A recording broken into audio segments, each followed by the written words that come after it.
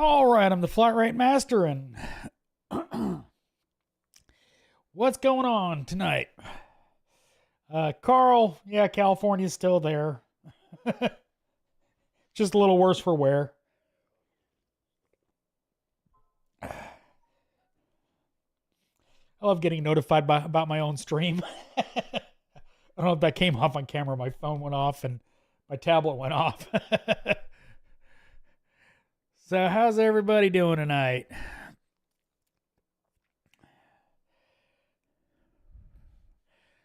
So, actually right before the stream, chatting on Facebook Messenger with Nathan Polly. You guys might remember him. Some of you might watch his channel.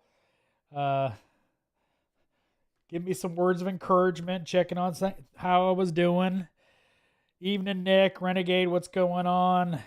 Andy, what's your new job? Andy, I'm not talking about my new job.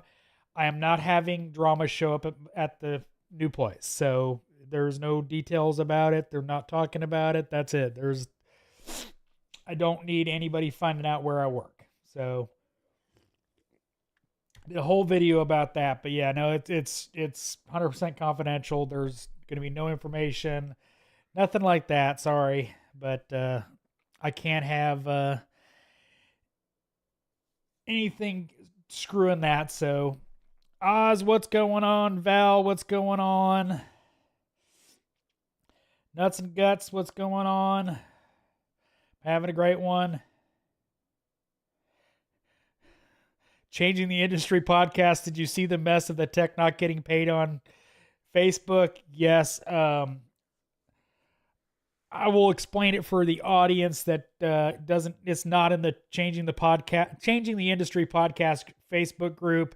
A technician left a shop and he had a car that I'm not sure exactly didn't leave or came back. I'm not really sure, but the shop owner was holding his last paycheck. And it's illegal, first off, in almost every state, I believe. But he was holding his paycheck to wait for that car to be fixed right. And so he was complaining about it, rightfully so, in the Changing the Industry podcast Facebook group. And, you know, it's just straight up illegal. You can keep you can deduct things from the last paycheck legally or not, but you can't withhold it because he's waiting for whatever the repair is on that car that will actually ultimately fix it. So yeah, just a complete cluster on that. I mean, it just shows how some shops are just utter garbage. Just pay the guy and move on. You know, I mean, realistically, you know, the rest of his paycheck, I'm sure, was earned, but just pay the guy and move on. It's really stupid to withhold the guy's check for a comeback. I mean, charge him back in worst case scenario on that car, but I mean, give me a break. Just make it go away. It's just stupid to keep fighting on that kind of stuff. Scientist, this guy, yes. I assume you're talking about me. But yeah, it's messed up. Kurt, what's going on? Robert Jones, what's going on? Oh, I did not see that the owner popped in and was upset about being called out on Facebook for being a crook. Imagine that. I bet he would be upset about that. Nick Ellum, yes, I'm in the same trade. But details are not being disclosed, just so you know. Yes, I'm in the same trade. Um,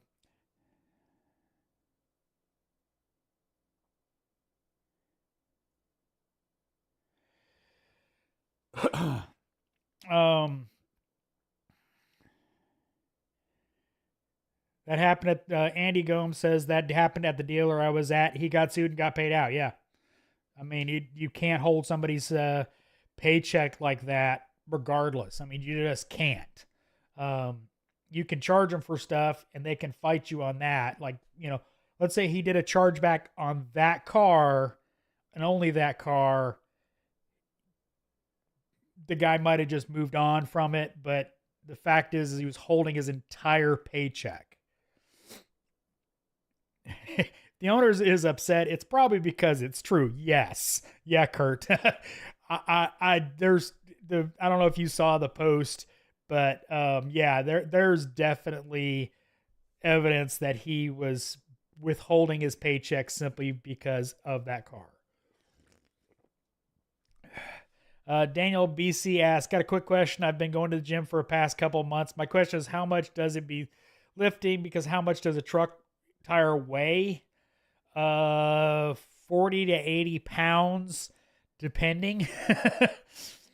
But it's the problem with lifting tires, especially, is they're awkward. That's why a lot of people get back injuries from lifting tires.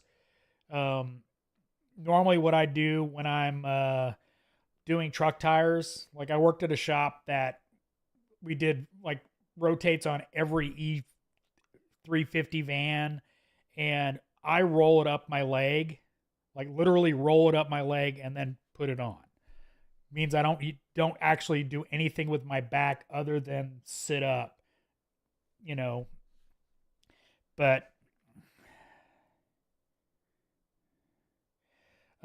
Jesus Hernandez, do you think 25 an hour is good? I'm 23. Depending on what your skill level is, sounds pretty good. I know technicians making way less that have been in my chat, so that's decent for a young technician for sure. Not great, but not bad either.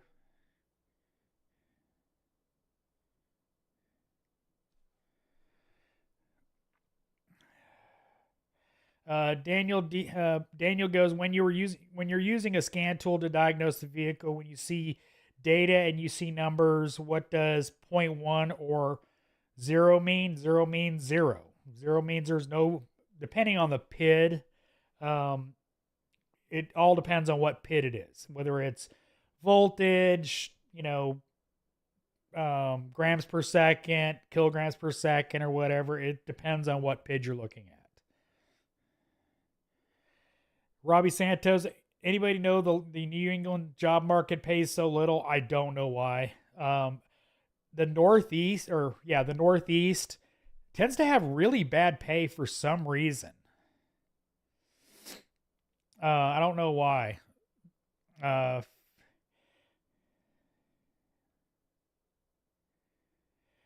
Famous Slick Rick, hello, my friend. It's great to see you. I love your knowledge that you share with us. You're a great teacher. God be with you and bless you as always. Rick, I appreciate it.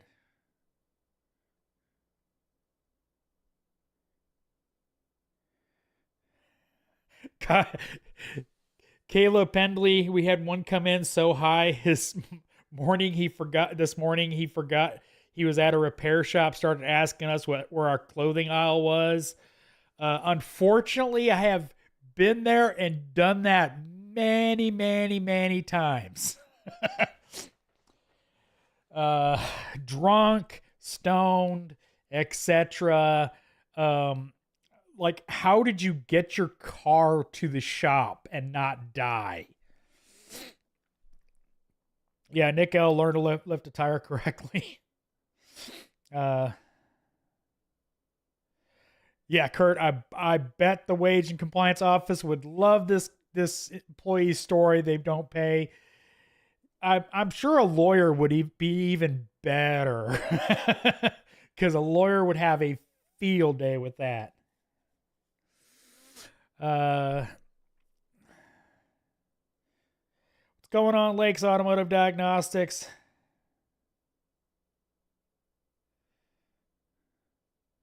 Yeah, Andy, that's what I was saying.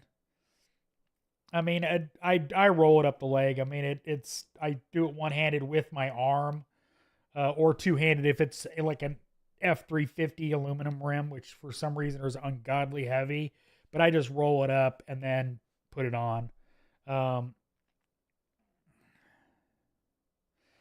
But yeah, I teach their own. I mean, I don't have back problems, so I must have been doing something right. But uh,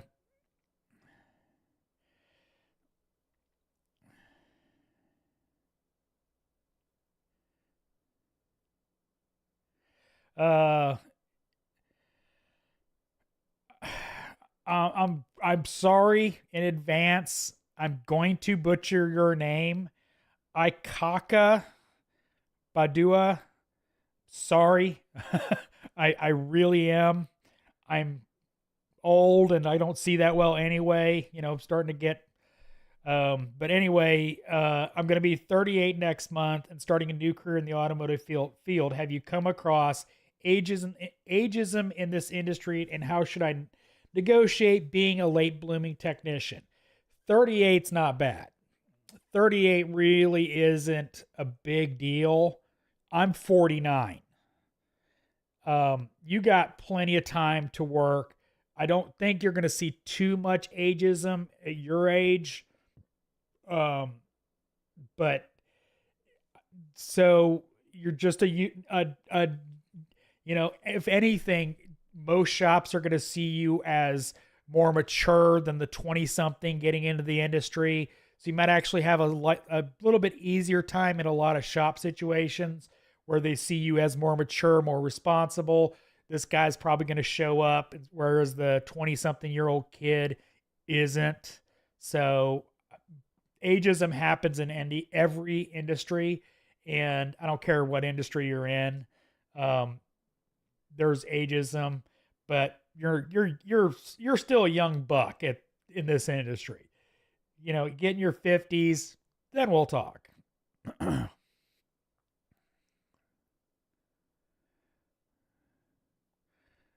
Daniel BC, what is normal for pitch and volt? Oh, um, voltage depends on what you're talking about.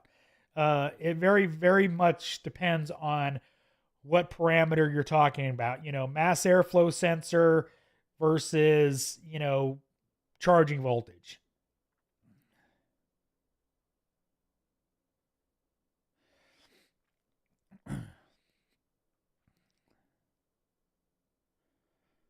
Yeah, I mean, Andy Gomes gave you a generic answer to 5 volt. Yeah, Northeast Philly. Philly D goes, these mechanic shops here in Philly and Jersey don't pay either.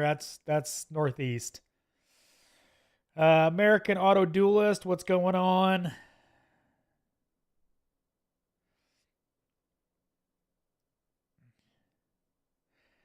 Oh, Daniel BC, classic car restoration part industry is going to charge more because more complicated wiring harness, interior plastics.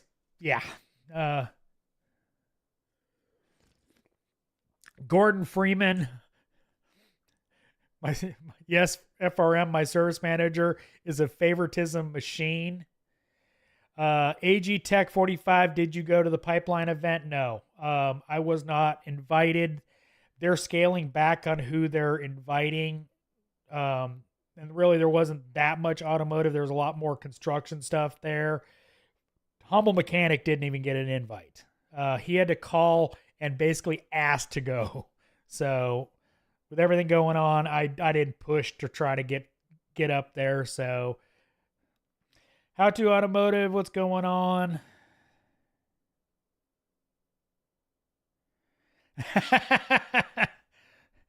LOL. How to. Uh, got the last name right. LOL.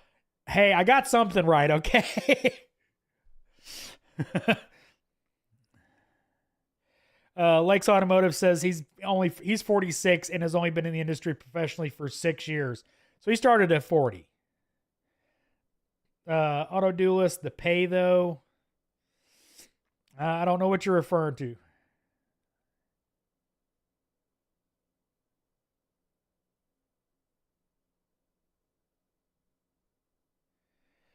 Daniel BC, quick question. When I go to get hired for a job and they see my truck clean and maintained, does that mean I take pride in my job? They may never see your vehicle. Depends on how the interview happens and all that. Appearance is more important. How you show up and present yourself. You know, hair is done nicely. You know, shaved, not looking all ratty and ragged and like you haven't slept in 2 days. That kind of stuff. That is more important than them. They're not going to look at your car. Renegade's Garage. I'm 54 and been in this industry since I was 14. Yeah. Keith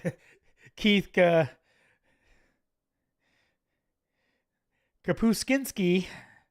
Nice little Polish name. Hey Mike, I get called for a job and I'm 58. I wish I was 38. Yeah. Yeah, I wish I was 38 again too. Nick L, I can't decide between a 3/8 and 1/2 inch mid torque. I have a stubby and M18 older style 3/8, high torque 1/2 inch. Afraid the 3/8 mid torque might be too much. The anvil size. How I approached that is the mid torque really became my everyday tire wheel suspension gun. The 3/8 high torque impact, full size impact, was tougher stuff the stubbies wouldn't get. That's where it kind of falls for me. Is what's your workload? Are you doing more, steering and suspension? Are you happy using the big 1/2 inch for taking wheels and tires off? The stubborn stuff, I'd go with the 3/8. If you want to, not have to pick up the high torque, 1/2 inch goes a lot of stuff. You've got 1/2 inch sockets. I generally would recommend probably going to the 1/2 inch just because of the versatility. I mean, I have 1/2 inch, drive sockets down to 10 millimeters. So don't necessarily torque stuff with, 10 millimeter bolts with 10 millimeter head bolts with a 1/2 inch impact, but you know what I'm saying. So I'd probably recommend more towards the 1/2 inch unless you do a lot more smaller R&R where the stubby just isn't cutting it.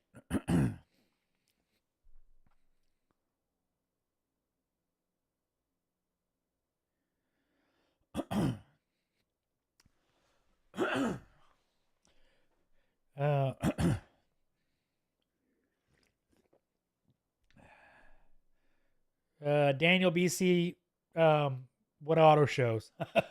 Nobody does, they're not going to invite you. Auto shows are, you just pay your fee at the door and go in, that kind of stuff. The training events will happen and be told when they're happening. But anyway, Jason Hernandez, what should I say to a advisor if he charges 0 hours to diag a car? Takes it as I joke when I tell him to charge diag. He thinks it's all right because I'm hourly, but then they will blame me later. He's screwing the industry. Tell him to go work at AutoZone. Nicer than that. The fact is you're training customers to have zero value in your expertise as a technician. He is devaluing your efforts to properly diagnose the car by not charging them. So you should explain it in nice terms that he is devaluing the shop and your time by not charging diag. It makes it a lot easier on him because he doesn't have to charge, but he is literally devaluing the industry by doing that.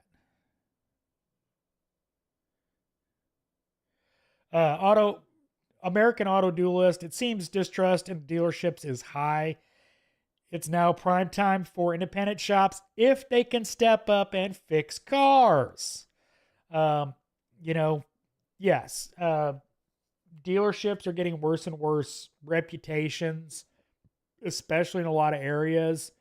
But I see a lot of trending of shops getting full of themselves, independent shops I'm referring to, and well, going the same way of dealerships. Um, there's a good bit of, I think, over enthusiastic greed going on. Not saying bad, greed, making, I'm not saying making money in this industry is a bad thing, but I see some stuff that I don't necessarily agree with. And in some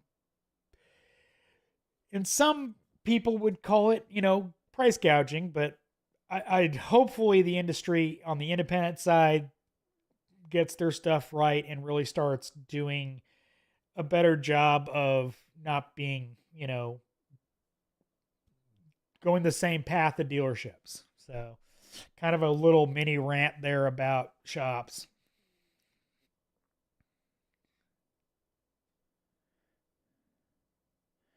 Daniel BC, I have a horrible sleep schedule. I do so much research. I stay up to 2 o'clock in the morning. Auto mechanics and money, that's what I do my research on. Well, all righty. Probably not a good idea long term for that, but you might want to get some sleep.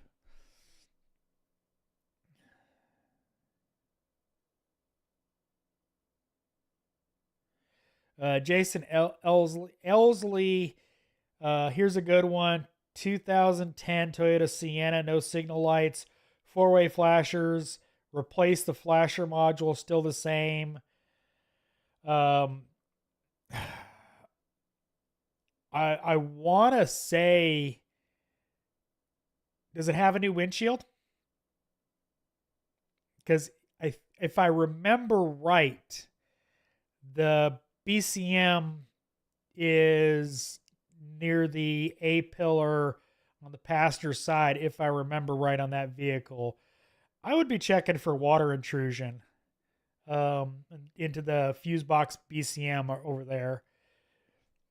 That would be my guess off the top of my head without having a wiring diagram, but it seems like you got feedback coming into that circuit from somewhere.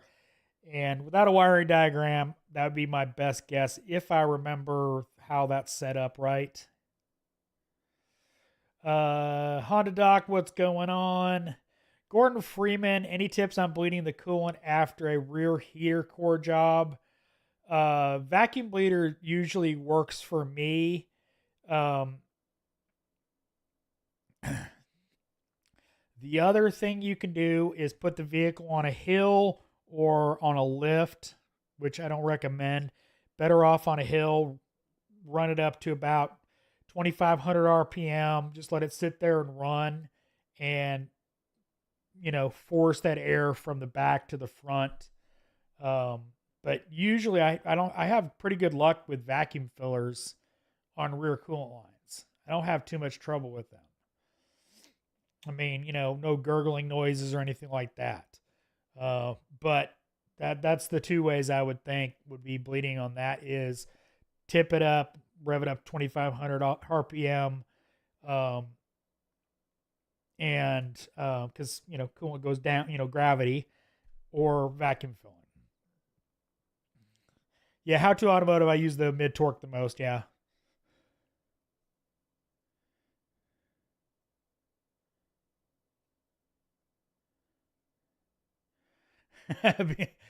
Daniel, fun story. When I was a kid, I used to take a ratcheting screwdriver, extensible, flexible, and pretend it was an exhaust and put it in my pedal bike.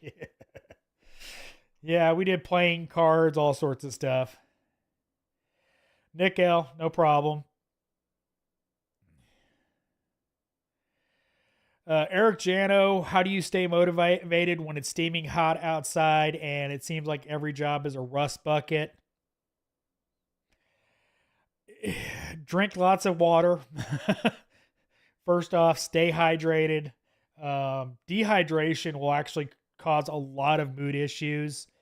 Um, just simply staying hydrated and just, I generally, when I'm getting frustrated, I will take a break, you know, do something different, and then I will, go back to it.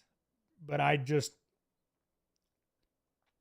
you know, tend not to get frustrated. But yeah, stay hydrated is the biggest thing I can tell you.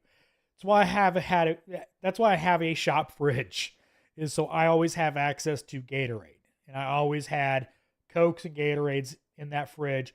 Cokes, the rest of the year. Gatorade during the summer, because if you don't stay hydrated, trust me, you're gonna get frustrated. So stay hydrated. All right.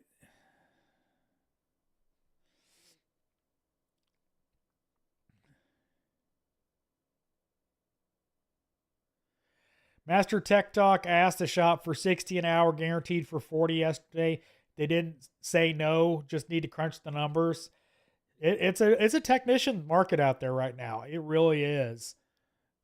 Apparently not in the Northeast, but most of the rest of the country it is.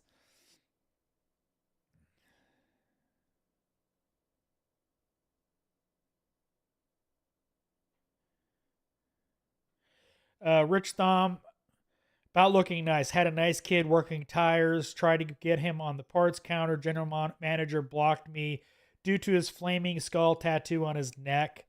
Yeah, I mean, tattoos are getting more accepted in this industry. But like my brother-in-law has arm tattoos on his arms, and he lives in Texas. And anytime he goes to the office, he's in Texas.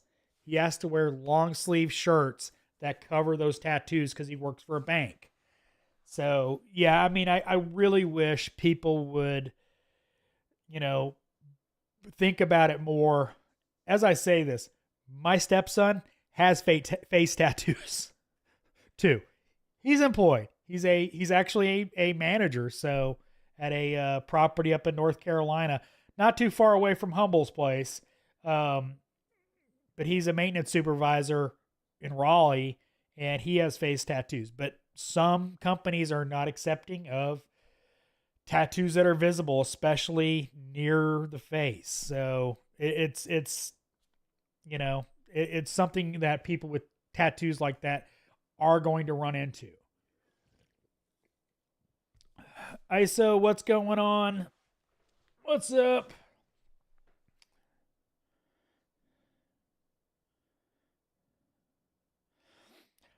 Germ, how do you feel about having designated diagnostic techs and parts changers in the shop? Diag techs get better at diagnostic, parts installers get better at installing. Germ, if the parts changers, the R&R guys, that's what they want to do,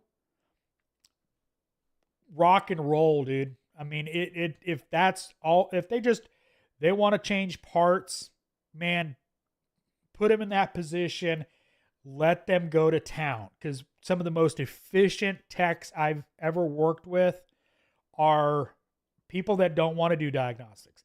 They want to swap parts. So they can knock out that engine job faster, all Hades, as long as they don't want to do diagnostics. Now, if any of those techs want to do diagnostics, I don't like holding back technicians from growing. So that's the only caveat. If the techs that are parts changers want to be parts changers, let them rock and roll. Because yes, that they will become uber efficient. But if they don't want to stay a R&R guy, you got to get them doing diagnostics and get them training. So Germ, that's my thoughts on it.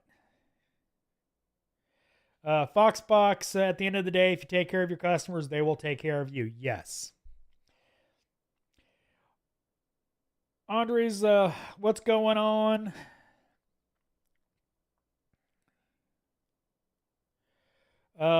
Tony D, as a tech, where would you say the best place to work at are, for example, dealerships, independents, chain shops, Midas, etc., etc.? My personal opinion, never working as a technician in a dealership. Worked in a dealership, but not as a technician. Um, is 100% independence. You get a good variety of work. You get, none of the, you get a lot less of the dealership BS. You don't have to deal with stupid warranty times, warranty adjusters, unless it's aftermarket warranties. And usually it's a kind of more stable environment on the independent side than a dealership where, the general manager gets fired. Next day, everything's different because a new general manager came in and changed everything. So, and chain stores or franchises are a complete, shot in the dark. A friend of mine is looking for a job. He asked me about Christian Brothers. Now, as a representative, as a regional sales manager for Challenger Lifts, I was very familiar with Christian Brothers Auto because, that's their only lift supplier is, Challenger Lifts. And talking to them, I'm like, they're a franchise. The company itself has a solid business model. I think their franchise fees are expensive and a little high, but they give the franchisees to have a top-notch auto repair facility. But it all comes down to the franchisee, just like an independent shop. And chain stores are chain stores. They're going to be chain stores. So, if you want my opinion, go independent. Dealerships have advantages. Like generally you always have work that's warranty, but that's my opinion on that.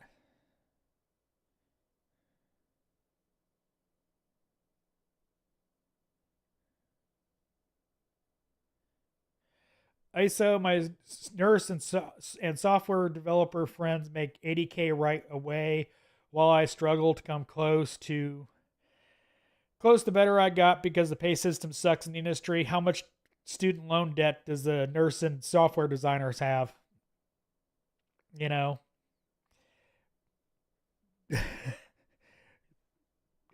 And software development is kind of a difficult career to get into.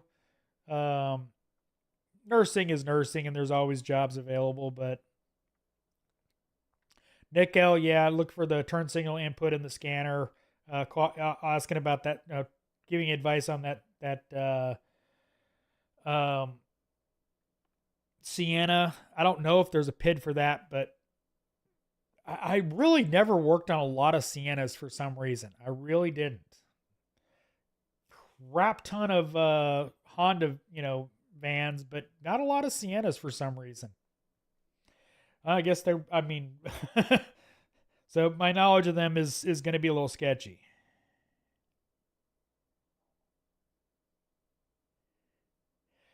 Is there any tools that you can, Daniel again, is there any tools you can buy so that you can hear noises from the engine or the transmission or the suspension? Uh, yes, there is a mechanic stethoscope, really useful for hearing noises. You can find it on Amazon. It's literally looks like a stethoscope except with a stick on it, and it goes to a diaphragm. It screws into a diaphragm, and it amplifies the noise from the engine. Um, Suspension is a little more tricky. There's what's called chassis ears, which is these sensors that you clip onto various parts of the suspension, and it will help you isolate noises. But you have to remember that one, it takes a long time to set up. The wireless ones are garbage in my experience, and the wired ones are a pain in the butt. But yeah, there's tools out there. There's also a NVH tool from Picoscope that is required equipment at Toyota, GM, I think, and some of the other, I think some Europeans. I'm not quite sure, but I know Chevrolet at least, or General Motors at least. Oh, I love when the chat jumps. Um, Chris Storbeck, all shops are going to be only as good as the owner or management. We're looking for a job.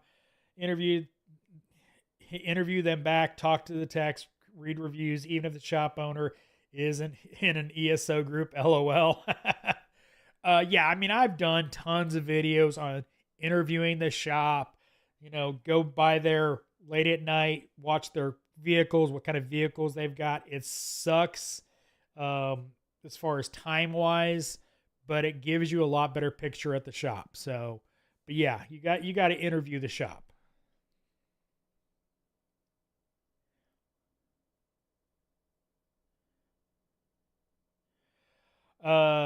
Jesse Hernandez, what are your thoughts on Tesla? Do you know anyone that works there? I want to work for them. I heard they are better because everyone hourly or salary, no more flat rate. I personally do not know anybody that works for Tesla. I've heard conflicting things about how well they pay. I know years ago they were looking for techs and they wanted you to be a detailer, a technician in the shop, a PDI technician, just everything in the dealership they wanted you to do, including porting and including, mobile repairs. And they were paying garbage back then. But I don't know specifically what they pay right now. I know Revian pays quite well and it's salary or hourly. But I don't know anybody specifically at Tesla.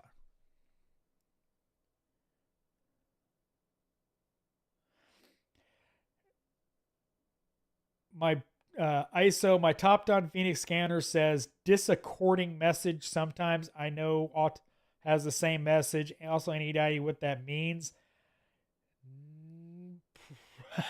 Honestly, no. I don't think I've ever seen that with Autel. Um, it's probably some misinterpretation or OEM software copying got corrupted or something, but I don't specifically know what that is. Andre Lomel, Andres, I need to stop drinking energy drinks after lunch. I mean, they're really not good for you. As I sit here and drink Coke Zeros, but it's coffee or Coke Zeros or whiskey, so it is what it is. Master Tech Talk. I'm in St. Louis.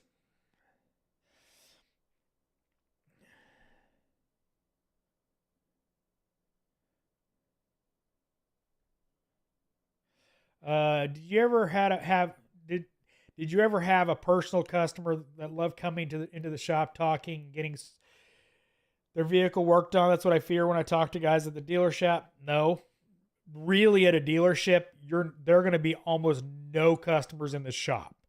They can look through the window. That's going to be about it. Very, very, very rarely does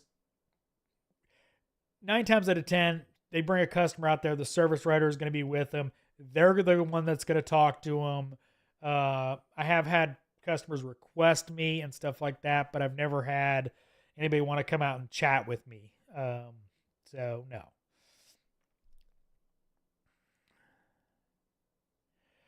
ISO, the express service department in dealers is ruining customer expectations now because people think service is quick. ISO, that's not been the experience from the dealer techs I know.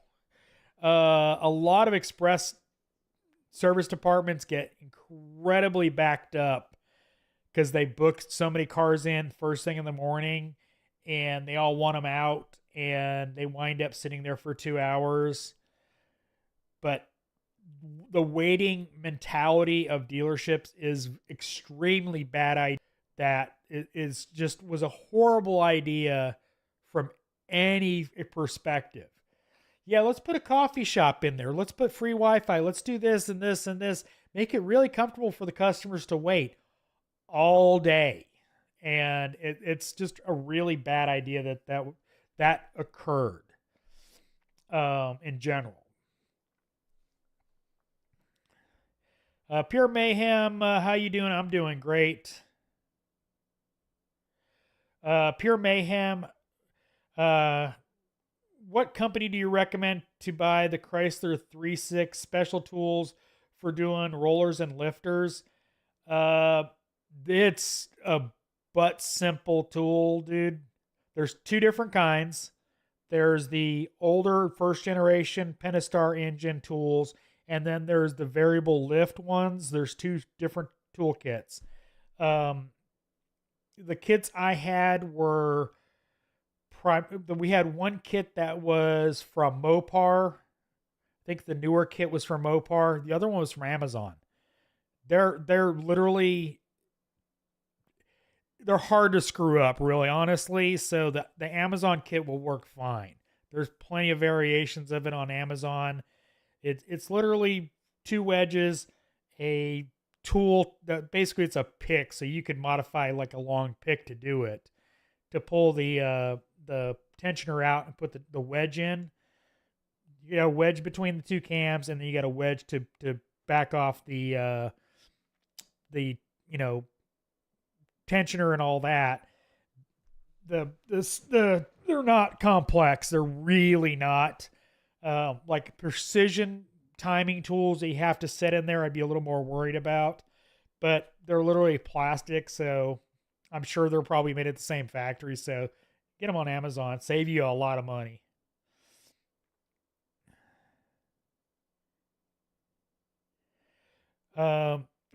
Andres, doesn't matter what shop you work for, they expect techs to do more for less. That's not been my experience.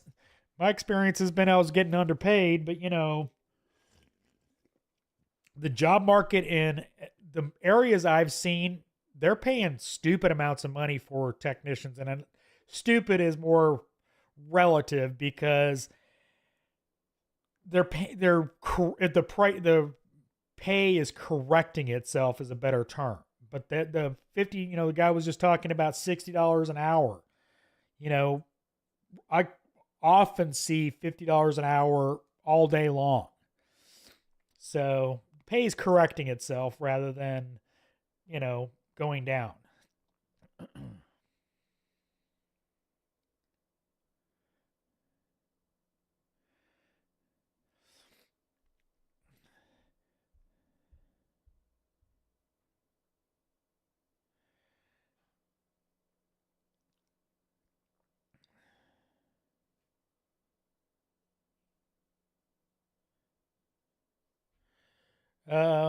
Fun fact, 99 to 2007 and a half, GMC Sierras SUVs, they're going up in value. Just a couple of years ago, a good condition was in trucks goes for 5,000.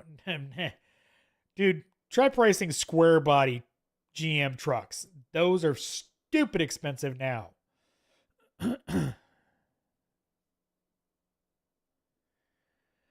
Jason, dude, that is a gravy job with the tools. The tools from the dealer aren't even that expensive. It is a gravy job. It's a little intimidating the first time you do it, but I can tell you that is a gravy job, but it's definitely easy, just torque everything, make sure everything's lined up, make sure nothing pops loose, but it is a literal gravy job. Billy D, best place to work is a place that's willing to pay you what you're worth. Yeah.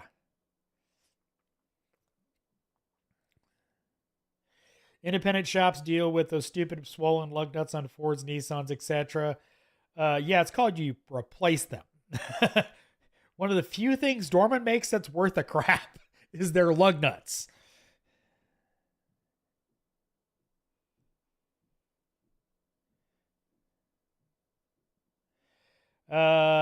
Daniel, no.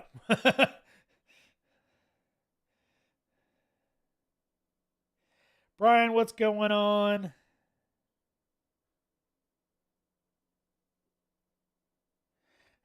Rich Thumb. Skip chassis ears in the truck industry for noises and vibration. We tell them to bring it back when something falls off. Yeah. Diesel Dog, yes, I have a job. Coexist. They do pay you what you negotiate for. If you're not willing to work for what they're willing to pay, you don't go work there. Shane Quiet, good evening. Have you heard of tire discounters? And if so, what do you think of the company? Pretty sure.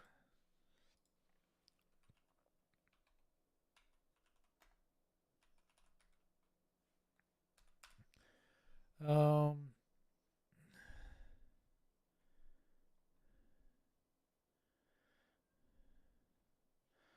that went back, go back.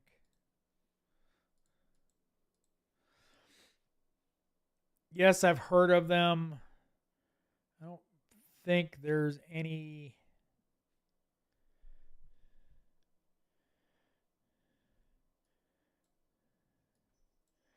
Yeah, that's an ad.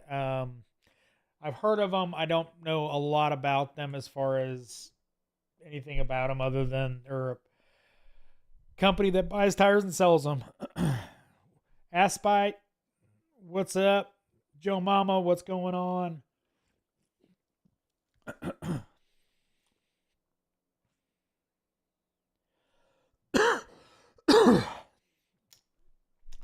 Daniel, yes, I know I have a 2020 GMC sitting in my driveway. I know how expensive trucks are.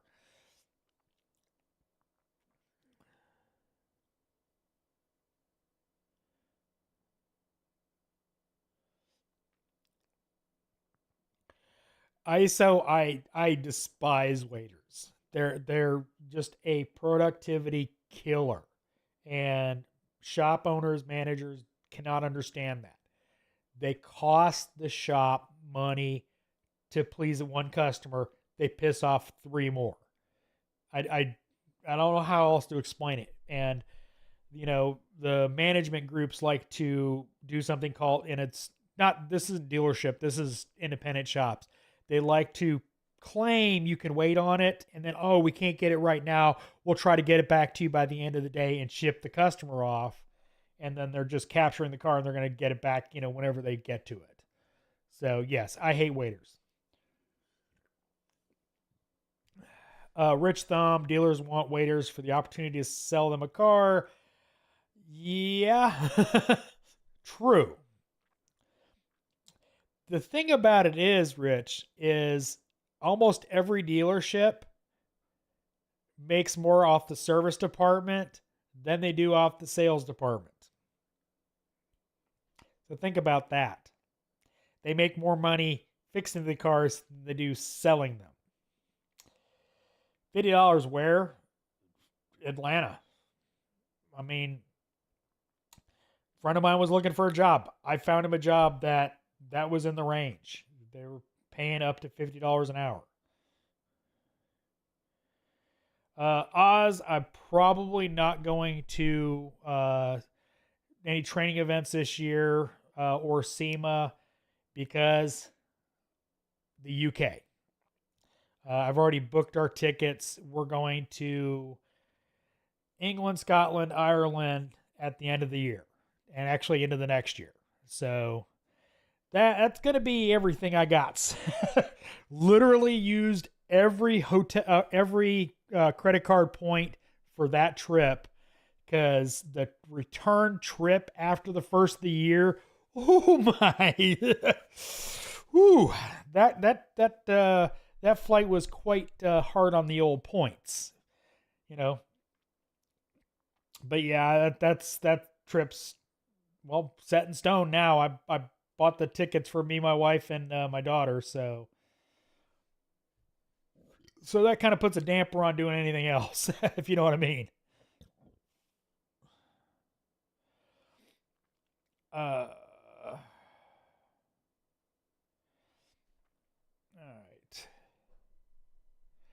Joe Mama, the help section is legit. That's really where they got their start, is all the little bits that nobody had. Quick wrench tool junkie, B kit like 25 and it works fine. Yeah, they're really not a. You got to work hard to screw up that kit. So yeah, the 3.6 cam tools, really hard to screw that kit up.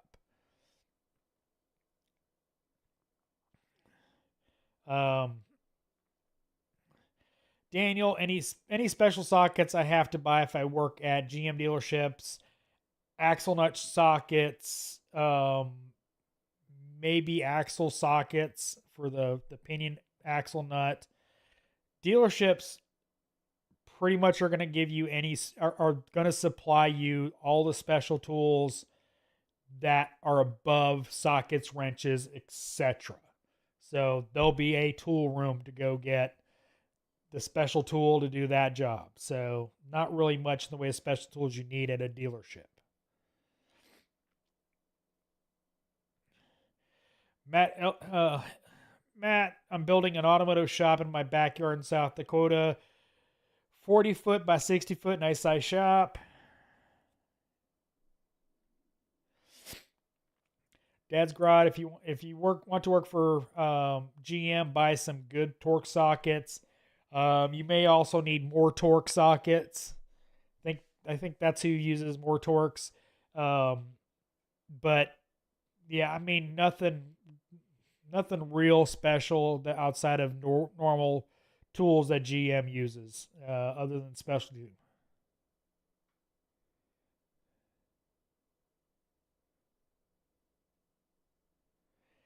Daniel BC, what's your opinion on Dorman? Crap. I don't have a good opinion of Dorman. AC controls, is it manual? If it's just moving cables, it's fine. Quality might not be that great, but it'll probably pull the cables. If it's electronic, heck no. I've literally had many problems with Dorman. Talking about the trucks you were earlier, where that was the only thing available and it didn't work at all. And tried like 3 of them or 4 of them, and it still didn't work. So if it's still working, it's just cosmetic, I would not bother. Welcoming waiters has the stink of desperation, Joe Mama. Yeah. Pure Mayhem, I agree. They make more money fixing them than selling them. However, when they sell a new car and get the old one as a trade, and then they make a ton off that car as well. Used car repair for sale. True. But the vast majority of the dealerships, or not the vast majority, but most of the dealership's income comes from the auto repair shop and the parts department. So yeah, Philly D. I mean, I can, do a job search in Atlanta. You'll see plenty of people offering $50 an hour. Oz, that's cool that you're going to be up at AST. I might buy like a Saturday, Sunday ticket and drive up there. I don't know, but definitely not for the training part of it.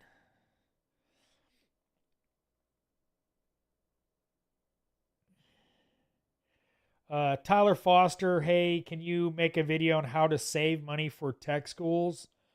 Is it like saving money? I'm not a financial channel. Find an affordable school, first off. Find a school that's not $60,000. Find a more local school to you that's much more affordable. And you can get, Pell Grant, student loans, etc. And it's not that hard to, come up with, well, relatively. I mean, I'm not saying, I'm at a different place in my life, obviously, than you are if you want to go to tech school.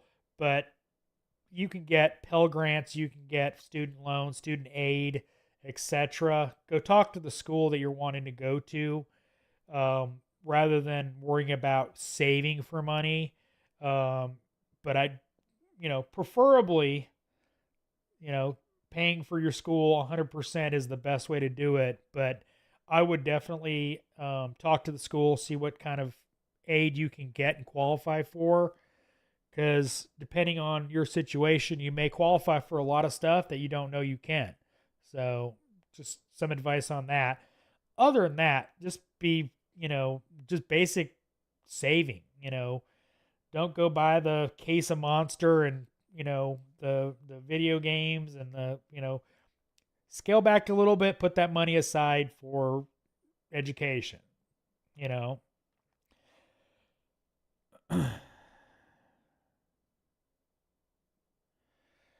ISO Northwest pay still sucks. I literally said that ISO Northeast pay sucks for some reason. I don't know why.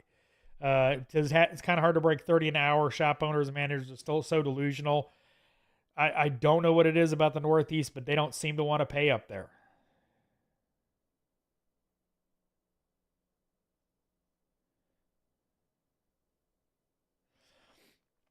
Chris Storback, shops will pay top dollar if a tech can put his money where his mouth is. Bunch of BS artists out there. Being the best AKA master is 10,000 hours of learning and surviving the trenches. Yes. There is a lot of, I've talked about this in videos, but there's lots of people that, really push, exaggerate, and this isn't the automotive industry in itself. Like 40 to 60% of people lie on their resumes. That's across every industry. Huge number of people exaggerate what they can do on their resumes. But yeah, if you can prove and hang with the top dogs, you can make top dollar, bar none.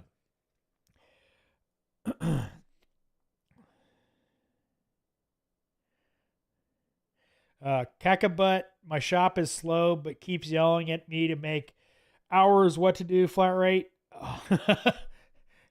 If you don't have cars to look at, obviously inspect them thoroughly. But if you're working on 2022s, you're not writing up anything more than maybe an air filter, maybe a cabinet filter. They've really driven it, tires or brakes, but doubtful. All you can do is do a thorough inspection on the vehicle. If you don't find anything that needs to be taken care of, there's nothing you can do. The car doesn't need anything.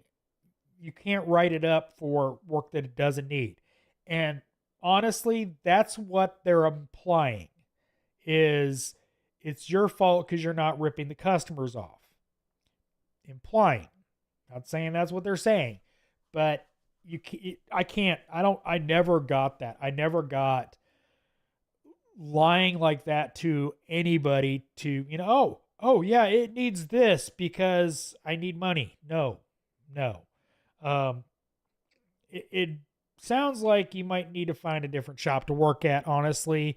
Because, if they can't keep cars coming in, and the cars that do come in aren't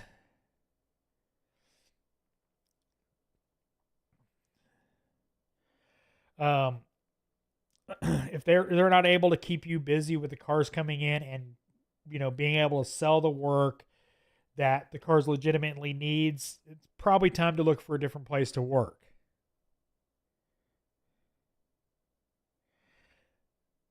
Motor Breath just put a dormant head in on a 150. Bad? Yeah, I bet. Favorite flashlight? I go between the O-Light and the Streamlight.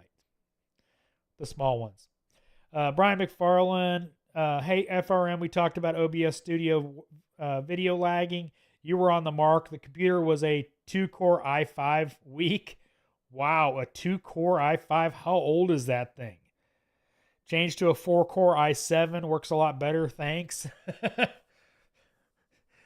As I am sitting here streaming on a 12-core, 24-thread water-cooled PC. Dang, that's streaming on some kind of weak hardware with a 4080 streaming AV1 encoding.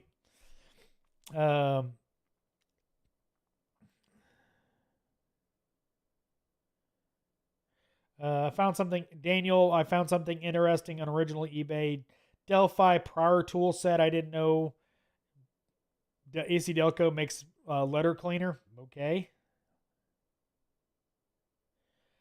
Brian McFarland, do you think the iFixit tool stuff is good value or it's overpriced? I think it's pretty good value. They don't charge a whole lot. Like, hang on a second.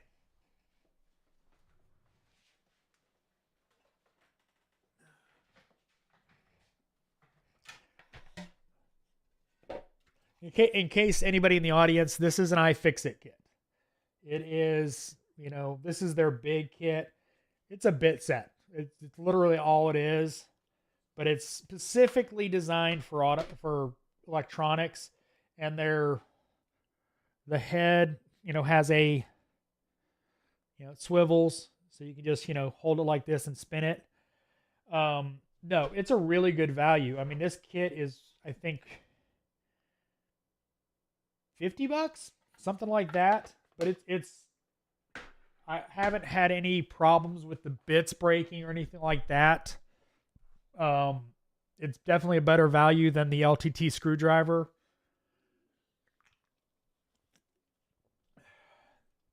But not gonna lie, it has come in really handy with the stuff I do around in this office, working on servers and doing various things that with electronics that, require special kind of weird bits. It's been invaluable. A lot of the tools that come in here, you're not going to find in like a, bit kit from Mac or Snap-on. So yeah, it's definitely worth the money.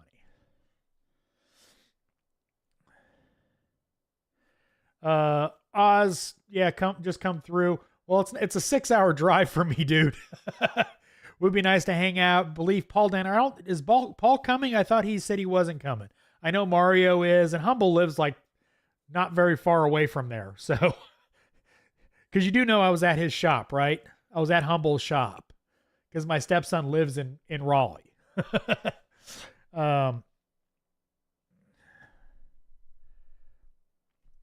F Bobby, what's going on? Yeah.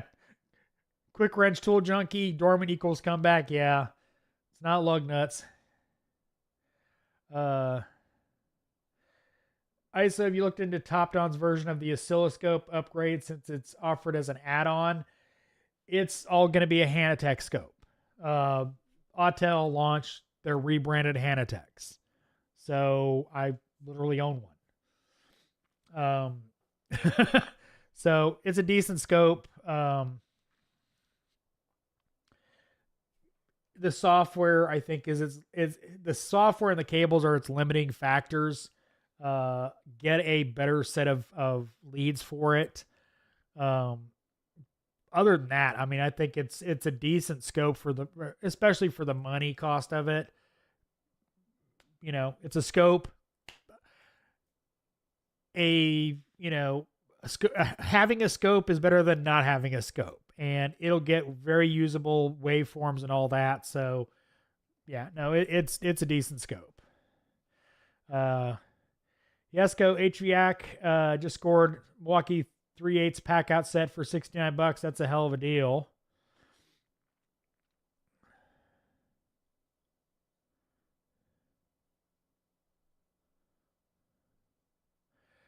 Thor trying to decide between automotive and technology. What technology are you looking at? I'm worried about income potential in the automotive field. Also the future as far as electric vehicles. Thor, you can make over 100K in the automotive. That's just the way it is. You can make over 100,000. There's plenty of income opportunities in the automotive industry. You're going to be working for it. I mean, this is a physical job. Being an IT, administrator is a lot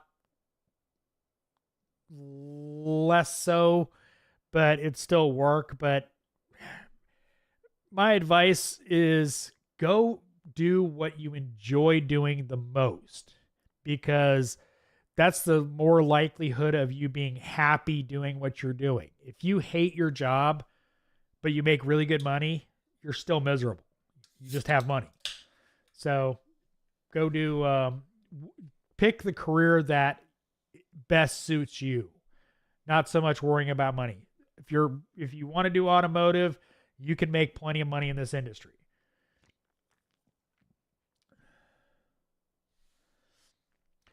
Chris Dorbeck, shop should be marketing, absolutely, but the best marketing is quality work, bar none. Yes. Yep. I mean, the problem with marketing on quality is, that the customer has a bad experience. They'll tell 10 people. 10 people have a good experience. One person will tell one person. So, but yeah, that's one of the hallmarks of good marketing or one of the hallmarks of a good shop is people refer people to you. And that's, just the way it should work.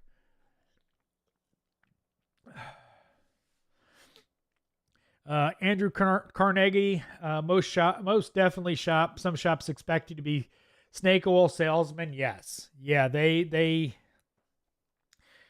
definitely some, sell all the flushes. Oh yeah, who cares if a car was here last month and got all the flushes? Do it again. Let's sell it to him again.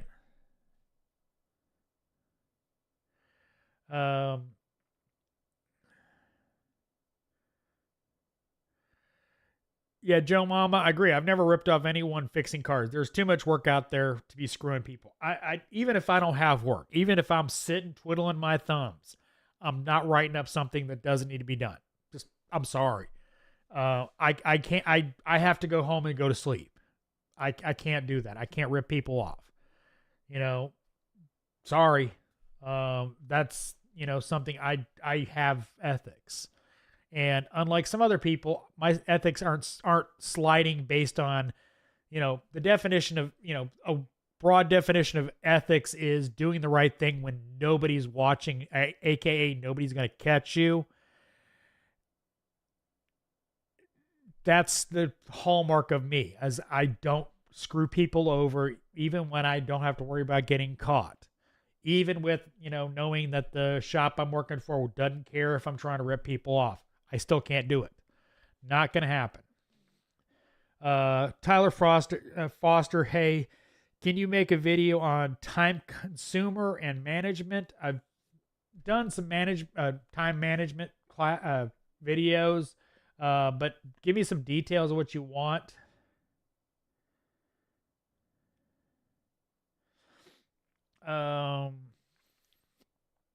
Bro, man, almost every new guy in this industry that gets put on flat rate lies to make money. I don't agree with that, bro, man, but I can't prove it either. So the thing about that is anybody, liars are going to lie, hacks are going to hack, and it doesn't matter what the circumstances are, they're going to do what they're going to do. So chances are we're going to do it anyway. So that's my opinion on it anyway. Mikhail Kinley, what is the best way to move up from apprentice tech to a bumper tech? One, show them your quality of your work. Show them that you can do the job right. And then ask. You got to be aggressive about it. You want to advance. So here's how I'm doing. Here's how my stuff is doing. Can you move me up? So prove it with quality work and then ask. ISO, did you see Trump is in jail today? No, I don't watch news. I don't pay attention to any of that kind of stuff.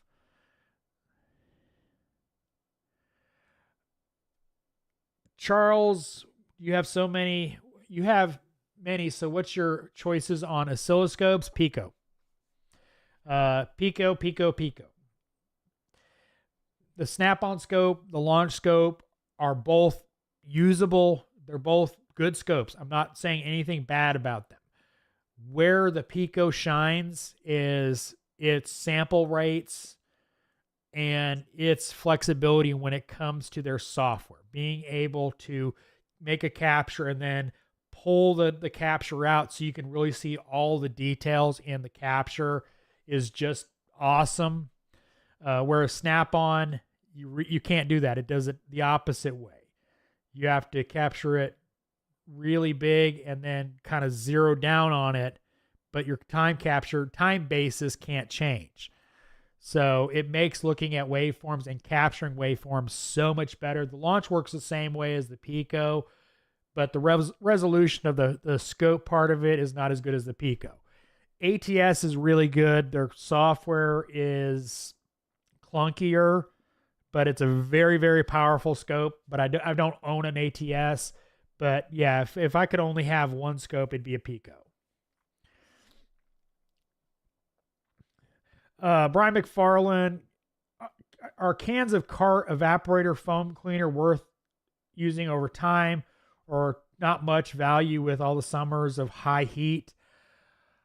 The Hyundai Kia kit is freaking amazing. It's a foam and then a disinfectant spray. It's a 2-part kit. Dude, that will change bad evap, smells, make them go away forever unless they continue doing what they were doing. The really good stuff is worth it. It's not really worth it for maintenance per se, unless you're in like a really dusty, bad area, or you don't have cabin air filters, that kind of stuff. But yes, they really do work.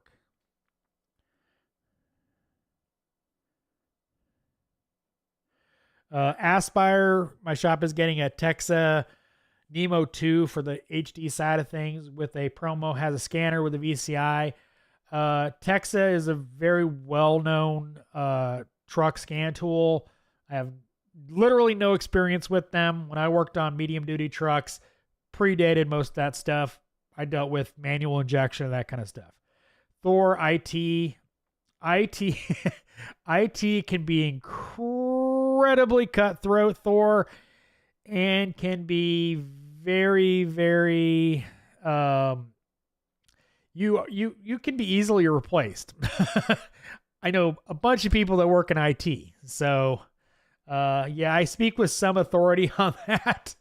My brother is in IT, and he's gotten we brought in some kids. They're cheaper than you. Goodbye.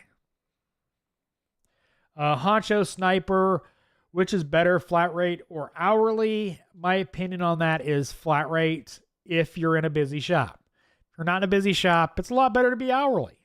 But to make the ultimate amount of income from what you do, flat rate or hourly with a bonus structure is, any type of reward for productivity is beneficial to your paycheck. So I personally prefer flat rate, as I'm efficient and can knock out work and get to the next car. Good advice. Thank you, man. Thor says, good advice. Thank you, man. I just hear terrible stories.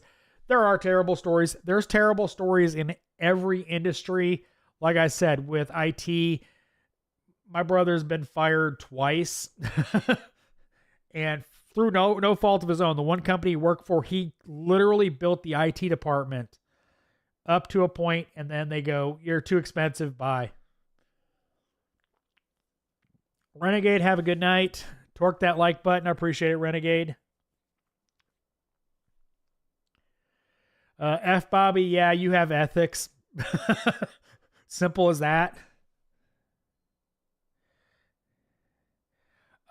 Spilled Coffee, have you used Mac Tools anti-vibe hammers? Do you like them better than Snap-on hammers? I've used them. No. I like the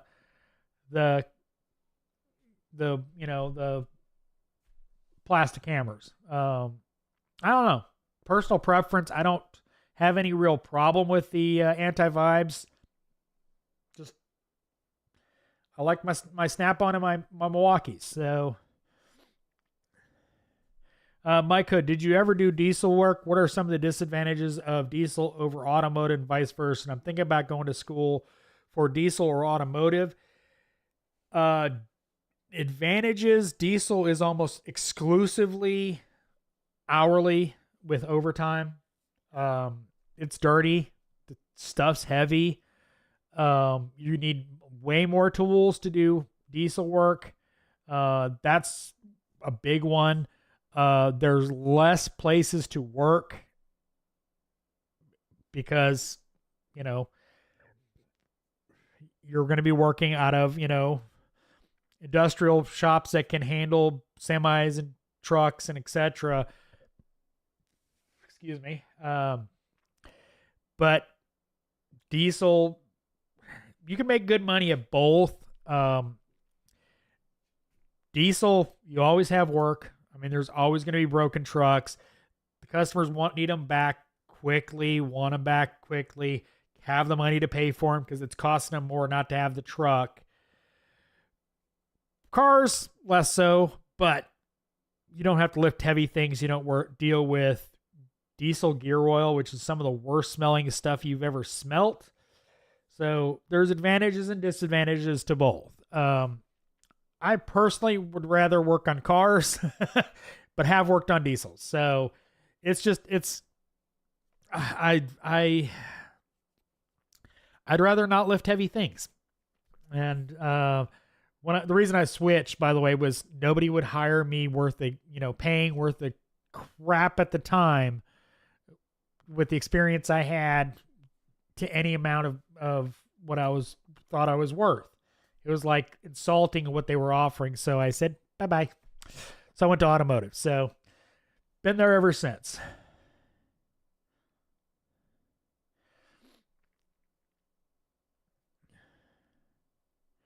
ISO, I've never heard of this picoscope until I left the dealer. Shows how one-dimensional dealer techs are. Dude, I know dealer techs that literally it's required equipment for the dealer. It's literally required equipment. And they don't know they have it. They don't know how to use it. Even though they've had the special training on how to use it for what they got it for. So yeah, no, they're very not one-dimensional. I know really good dealer techs, but they are very narrow-minded as far as the industry. Chris Dorbeck, best setup for multiple advisors in an 8-bay shop. Team pay, individual pay, full commission, salary. Do techs report to a certain advisor? Just a free-for-all? From a tech's perspective, I pay-wise, I don't really know how well I can comment on service advisors' pay. I've never really been real super involved in that kind of end of it for service advisors. They're, I know most of them are either full commission or salary. I think I don't like team pay for advisors because I know team pay, there's generally somebody on the team that kind of just sucks or doesn't care, and then the rest of the team has to carry the weight for them. So I'd prefer a pay system where, you are rewarded for what you provide. From a technician standpoint, having a certain advisor is more efficient because you only have one person you need to communicate with. It rarely works out well, though. Just simply from a flow of how, service advisors work. So, like one service advisor has, 4 techs, another service advisor has another 4 techs, or split up a different way. I generally think it's better to have, the service advisors work with all the techs, simply so it doesn't wind up being bottlenecks in certain areas of the setup. So I think not a free-for-all, but I think, the techs should be able to communicate with multiple service advisors, and the service advisor should be able to communicate with multiple techs. And as long as ticket distribution is done right, it should work as efficiently as a more narrow ticket distribution scheme that kind of relies on, this service advisor assigns these jobs, because chances are their teams aren't going to be even in an 8-bay shop. It's easier just to be able to have the option to assign tickets to all of the techs rather than a couple techs. It's just more flexibility for proper ticket distribution. That's my perspective on that, Chris.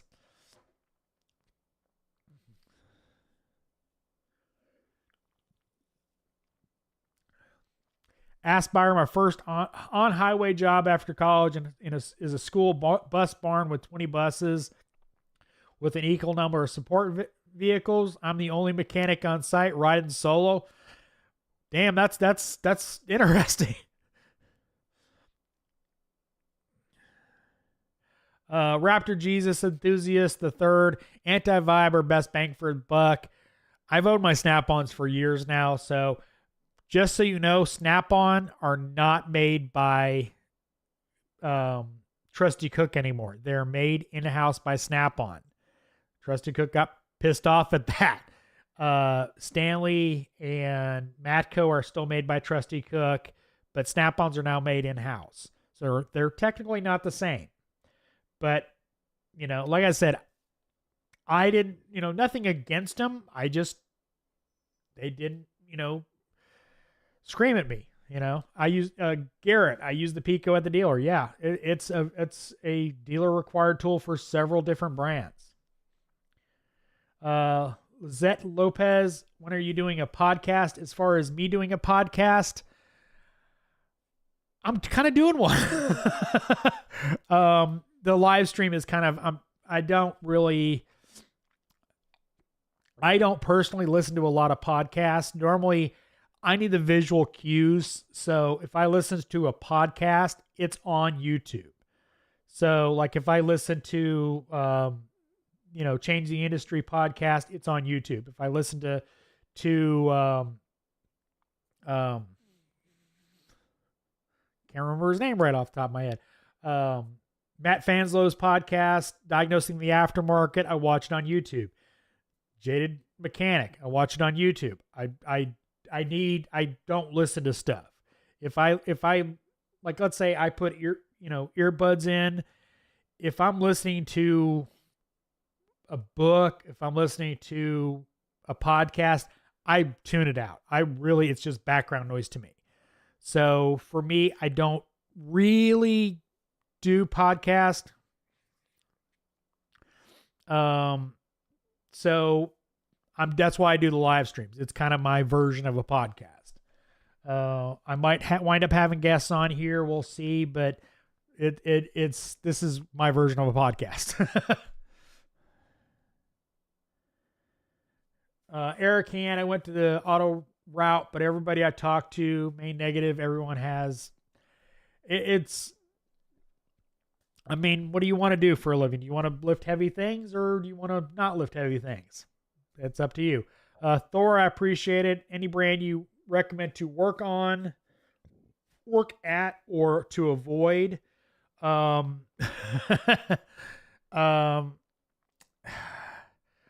lot of the European brands are really good for warranty pay. A lot of the domestic brands suck at warranty pay, and they're getting worse.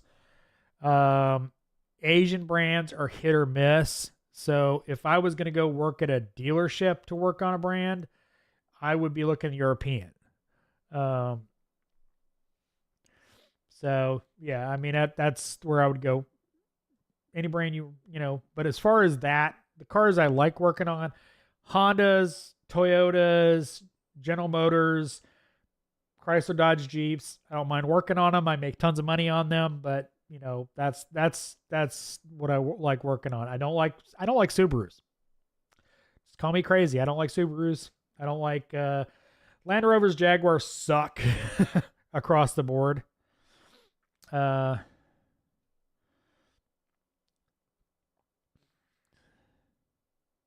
F. Bobby, our local Jeep dealer, got sent a Pico as a factory tool. It's still unwrapped and gathering dust because no one knows how to use it, nor do they care to learn. Yes. Yeah, that's the sad part, is they have a super powerful tool, and use it.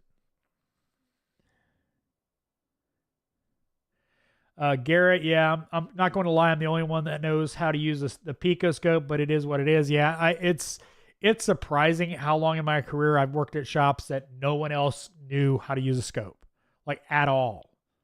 That always surprised me. It's like, it's not hard, yeah, going and finding a known good for a cam timing complaint is not the easiest thing if you don't have it in your database. But, it tells you so much information that I don't understand why every diagnostic guy shouldn't have a scope. Yeah, you can do a lot with a scan tool, but there's there's things you just need to see the voltage on the screen. Aspire diesel for the side gig, made $500 with my neighbor who's an owner operator. After 3 shops couldn't fix the problem, I spent 3 days to find a torn cold side turbo boot. Yeah, those suck. I've gone down that route trying to find turbo leaks without the high pressure smoke machines. They suck. Tyler Foster, can you give me advice on going to an automotive school and how to start my own auto repair business? A vocational school, not a name brand, as Lizette said. Find a local school that has an automotive program that will teach you everything you need to know. Get out of school as an automotive technician. Start working as an automotive technician. And then start going to business classes at night. You need to running a business is not the same as buying a job. What I mean by that is, if you want to run a business, you need to learn how to run a business, not just buy a job. But when you buy a job, you basically have a job, but you're paying for everything you're doing. You're not working as a business. You're working to give yourself a job. So get the business education as well before you start the shop, because you need to know how to fix cars and you need to know how to run a business. So that's the 2 advices I can give you, is learn how to run a business and fix cars.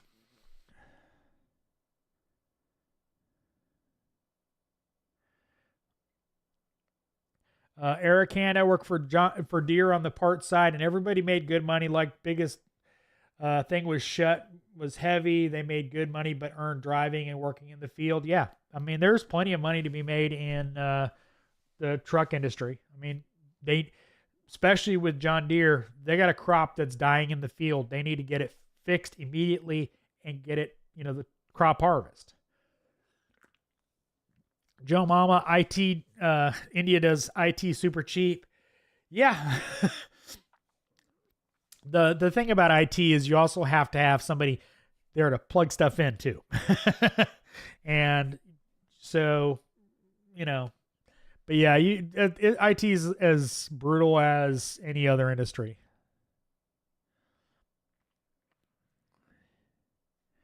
Garrett, problem is at the dealer level, Diag will sometimes pay 0.3 1 hour, so it's hard to justify spending the time to learn that when you get 0.3 to Diag and you're losing time on the warranty repair. Yeah, I agree. That is a problem at the dealerships. I mean, it is without a doubt a problem that they're not paying properly to diagnose cars.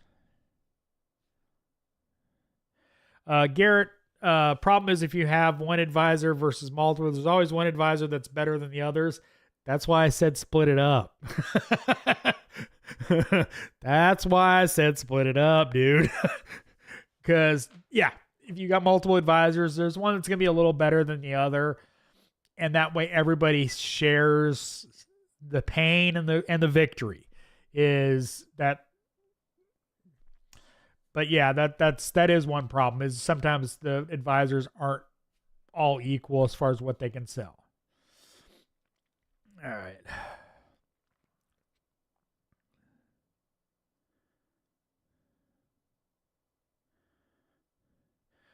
ISO, if someone gets proficient with a scope, would you say that drastically improves their diag skill and helps them ask for more money? Yes. Yes, it does. when you're proficient with a scope and you can confidently say to a service advisor, shop owner, this is wrong. Here it is on the scope. This is my story. Yes, you can ask for more money. I haven't seen Erico's recent Buick video, but yeah, no, there's valid reasons to use scopes. F. Bobby, yeah, we have 5 different scopes in my shop.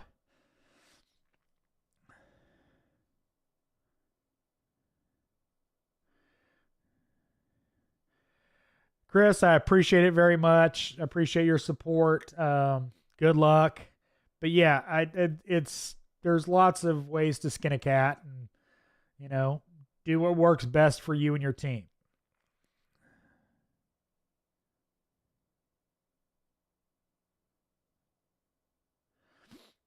Garrett, I had one last week that misfire would light a mood light until you looked at scope and found it open the injector but didn't hold it open. I think there's a good tool to know how to use it. Yes, it's absolutely a good tool to know how to use. Straight up, there's stuff that the only way to really diagnose a vehicle is with a scope. Is that the only thing you need? Is that the end all be all? You have to have a scope to diagnose cars? No. There's tons of diagnostics you can do without a scope. But when something like that, you need a scope. Air can Subaru hubs are always fun. LOL. Yeah.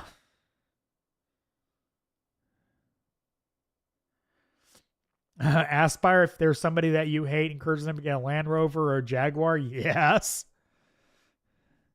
F. Bobby, yeah, once you figure them out, they're not super hard, but they still suck.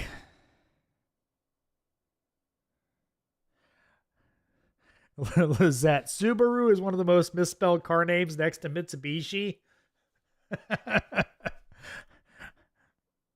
I don't know. I misspell Hyundai a lot. I cannot spell that car brand to save my life. I suck at spelling anyway. Tyler Foster, how much money do I need to start an auto repair business? The joke about you want to make a small fortune in auto repair, start with a large fortune. It's going to depend on a lot of factors. How big of a shop, you need to have, I would recommend 6 months to a year of operating expenses. You need to have, 6 months to a year of your salary. You need to have money in the bank after that. And Joe Mama. And then you need to be able to have lift, every bay that has a, every bay needs a lift, the equipment you need, the stock you need, the management systems.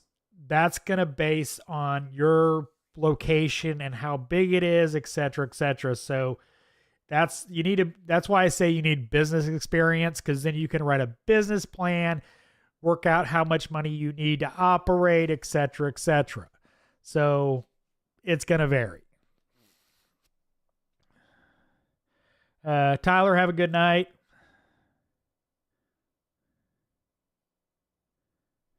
Erican, late to the chat. What would be the biggest thing you say is going on in the auto industry is the correction of pay in most of the country, not the Northeast. That's one of the biggest things that I see happening right now is correction in what technicians are making. It's a lot. The pay jumped up considerably in a couple years, and that's something that's been needed for a lot of years. So that's the biggest thing happening right now. Yeah, rocks. Just put parts on it till you fix. That's how most technicians operate.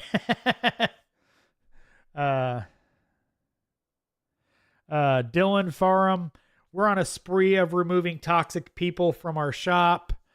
Dylan, watch Monday's video. The thing about toxic people is what's making them toxic. That'll be answered in Monday's video. No, I'm talking about literally toxic work environments, and removing somebody that you think is toxic might not be the real cause. So just saying, you know.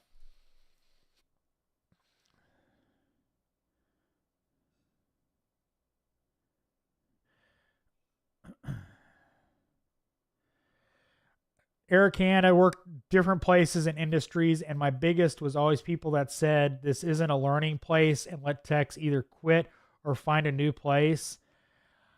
I wholeheartedly disagree with that. I've always taught in every shop I've worked at since I had the knowledge to teach anything. I've always thought that you should pass on your knowledge. So I was always willing to help, whether it was helping them lift a part into a car, push a car in, or helping them diagnose a car, even though I wasn't getting paid. So,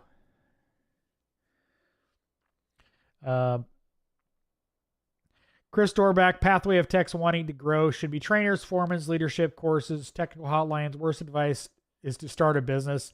School of Hard Knocks, don't be a dummy like me. Yeah. Yeah. No, I mean, yeah, there should be a support system in every shop. Dylan Farnham, I own an F-Type. That has taught me a lot about diag, probably also about coolant repairs. Spilled coffee. What power probe do you recommend to buy? I was thinking about buying the Power Probe 4. I have a Power Probe 2 or 3. Yeah, it's a 3. Got a couple of them, but yeah, I don't use any of the advanced features of the Power Probe 4. If you don't have a scope, it's got some powerful tools in it.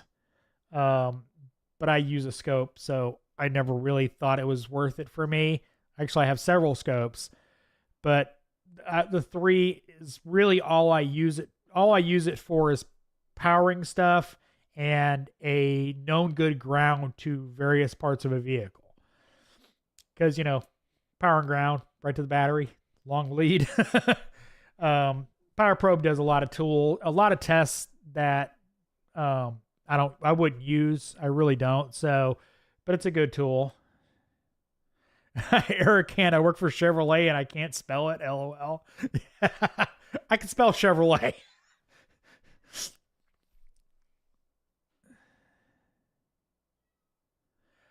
Garrett, yeah, I've got a job. I'm not disclosing any information about where I work or anything like that I don't want drama to follow me. I don't want anything that will affect my life. So no public information about anything. That's why there's no possibility of me filming in the shop, because I don't want any of the drama to work its way over to where I work. So,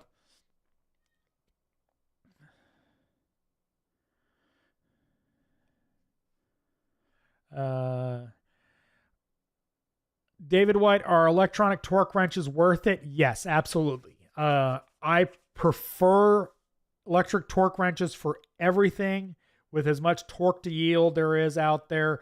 You can just crank it, ratchet it back, and then get an accurate reading of the torque angle.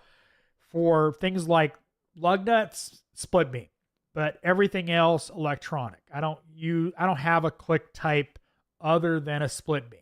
Everything else I have is electronic. They are expensive, but they do the job.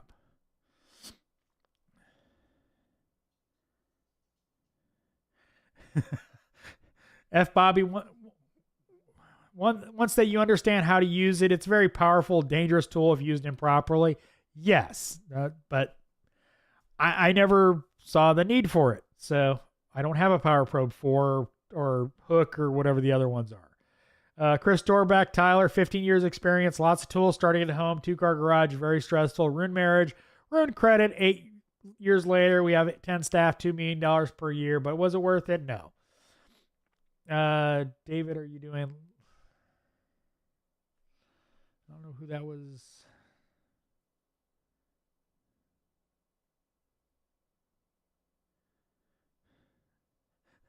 Motor breath. My writer can't spell. I wrote Prius in marker on the wall by his PC. He still can't spell it. Or Subaru or Explorer. It kills me. The service manager at the old shop literally typed with one finger. Literally typed with one finger. How he got a job working. Before that, he was a printer. You know, I'm sitting there, and he's, he couldn't spell either at all. But you figure as slow as he typing, he'd know how to spell a word. But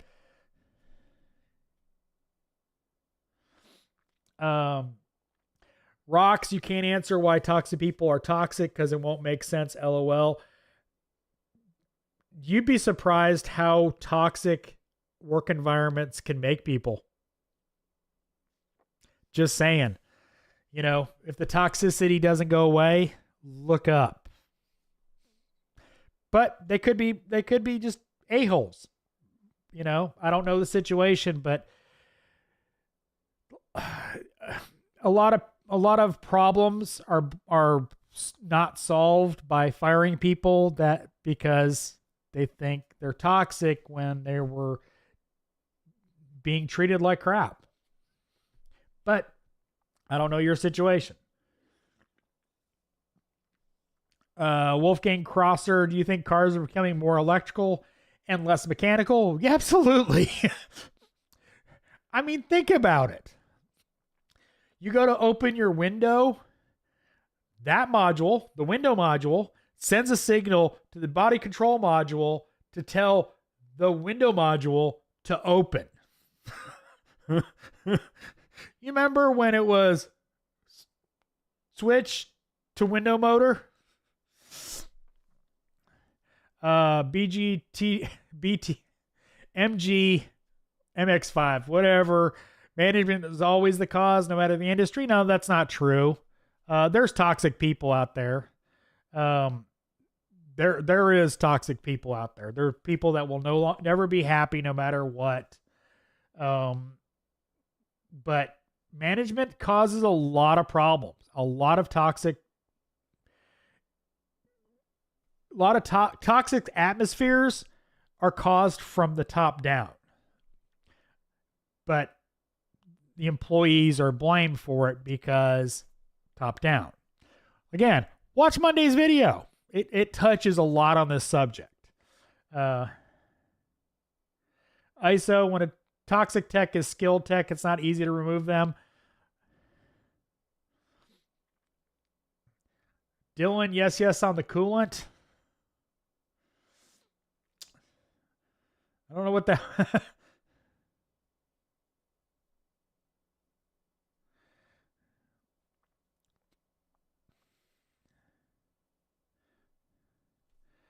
I'm lucky that we am at now, even though we're super busy. Everyone will find a way to give you a sec to help out. That's awesome, Eric. I mean, it's. I've never worked at a shop that was I'm flat rate. Screw you. Go deal with it how you want to deal with it. It was every place I've ever worked that was flat rate. Really, every place I've ever worked as a technician was, you need help? Yeah, I'm coming. Maybe it was because of me. Maybe it was because of how I treated everybody else. But I've never had worked at a place that it was like, screw you, I'm not helping. Nobody ever said that. So, but it's cool that your shop is like that. Dylan, the toxic people removed from their shop was a lube tech and a front desk girl. Is next. Oh, I don't know the situation. Dylan, I'm just saying that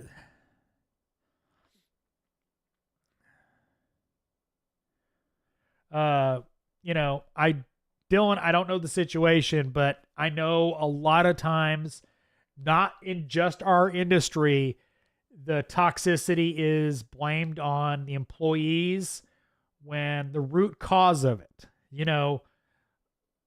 like, give you a simple example, a bulb keeps blowing out, but the root cause is the housing's cracked and it keeps raining in there and blowing the bulb, overheating it. You got to get to the root cause of a problem. And putting a bulb in it doesn't get rid of the root problem.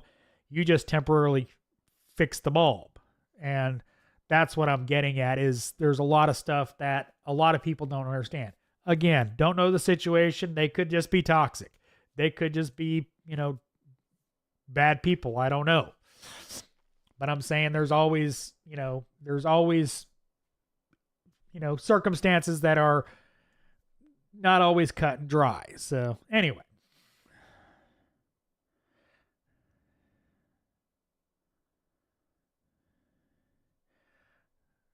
Garrett, I appreciate it. Scotty, what's going on? Dylan, power probes are great for working on boats. I mean, I love the fact that it's a great ground lead. David White, do you play any games on that sweet PC setup? That PC, no.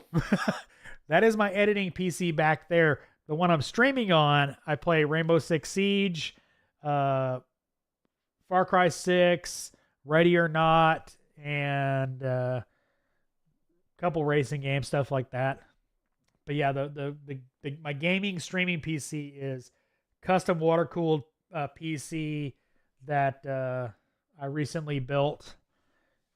79 AMD CPU, 4080, currently encoding at 7,700 kilobits per second this live stream, and on AV1 encoding. So yeah.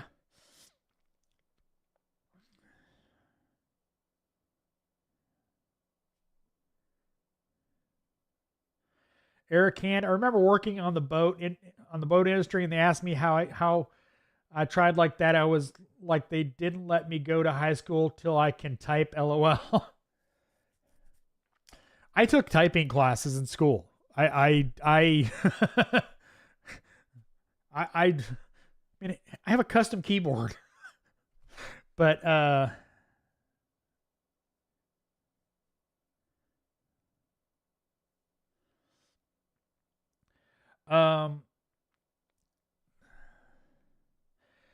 Stu Shush, working at a flat rate dealership for the first time. They make the flat rate technicians write quotes, order all single use parts. It's not a service advisor's job. Seems time consuming.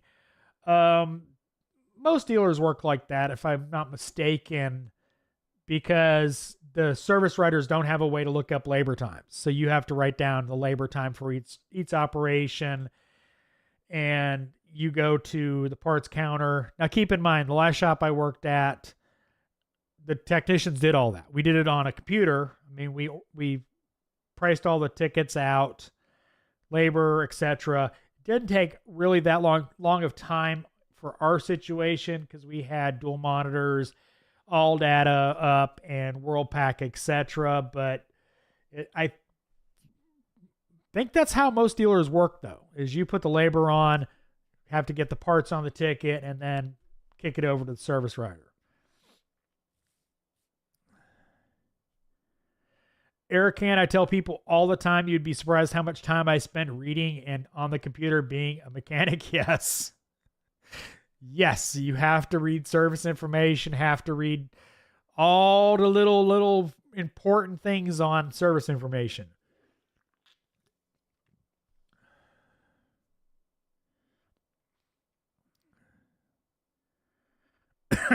Chris Storback. That said, best shop owners around are X-Techs. I remember when bidirectional came out. No, not a gender thing. Yeah, I know. 2500 brick to Modus, and I could command a window motor. Whoa, revolutionary. LOL. Dude, when I bought my red brick, I got asked, why the hell would you buy that when you can just jump the pins and get the codes?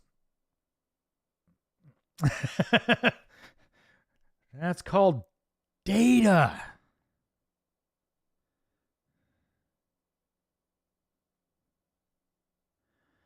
ISO thinking of getting a '06 to '09 3 Series sedan, 6 manual transmission, non-turbo, anything to look hard. Talking about a 3 Series BMW or 3 Series Mazda?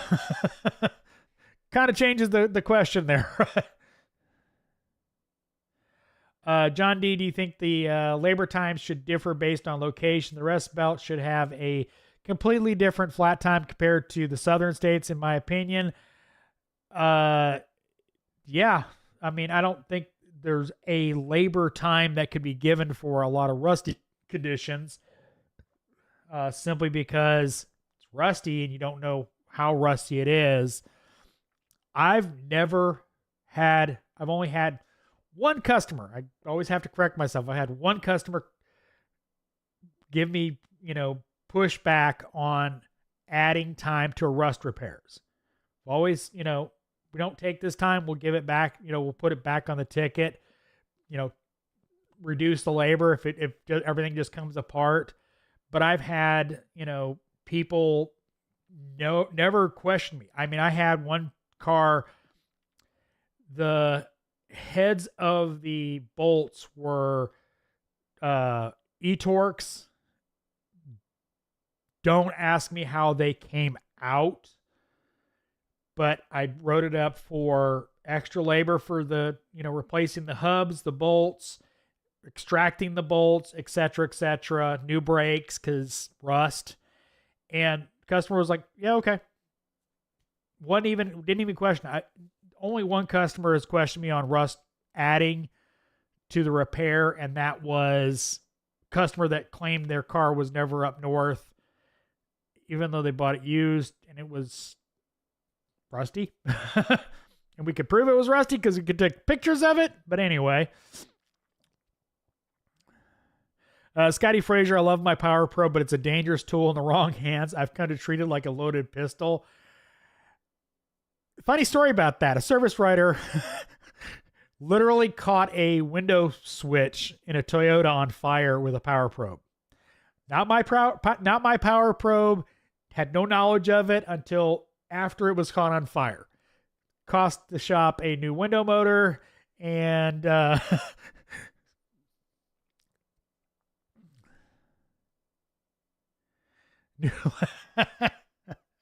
new level auto, Keith. I always get here when you're talking about that fancy pants PC. I don't know what to tell you, Keith. Somebody asked me about playing games, and they can't see the PC I'm streaming on.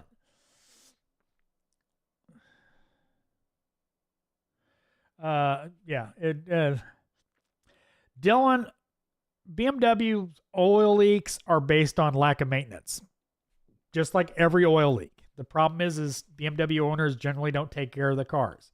If you change the oil, they don't leak. Electrical problems are German engineering, so yeah, that's a given.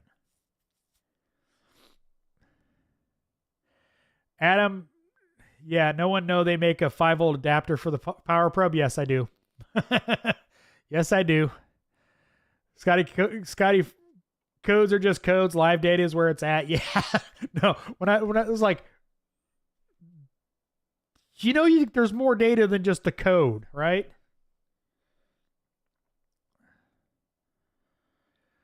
Garrett, at the dealership, I write up quotes and have to babysit my parts department. Yeah, it's pretty standard procedure at most dealers.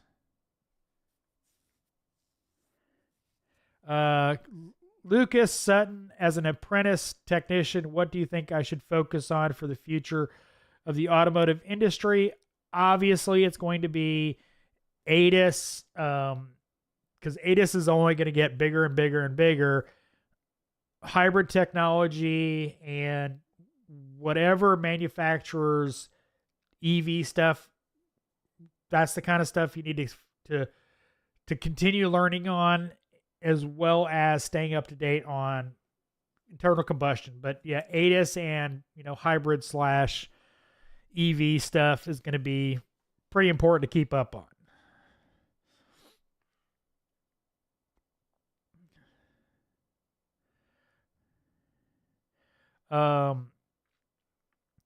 ISO, lots of aftermarket parts for BMWs, electronic issues, FRM module, as somebody else said, electrical issues. Oil leaks are going to be how well they maintained it. If they don't maintain it, you're going to have oil leaks. No way around it. It's they already aren't the best sealed engines already, and then you add lack of maintenance, they're going to leak. X-Drive, their transfer cases aren't the best if the fluid's not changed. Imagine that, maintenance. So they do tend to die.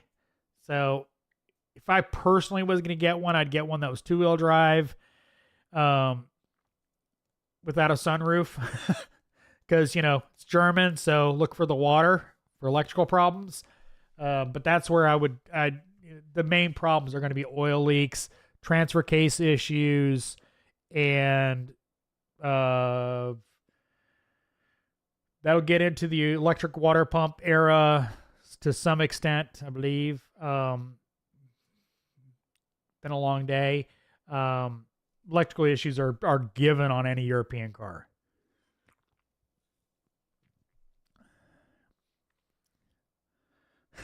Chris Torback.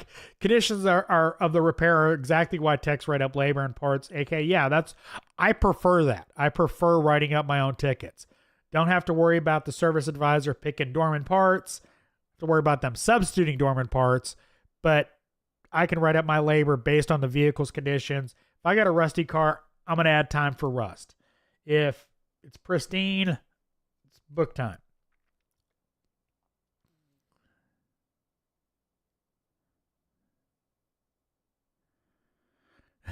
Scotty Frazier. When I was working part-time at the parts store gig to try and offset my tool bills, make extra money, I dealt with parts changes all the time. But the code said this. Yeah, I've argued in an advanced auto parts store because they were trying to sell the guy 4 O2 sensors on an F-150 for a lien code.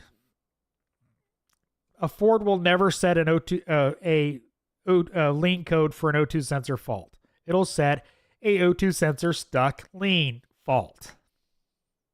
It's a vacuum leak or a mass airflow sensor problem. I had both of them arguing with me about how I was wrong. So, all right.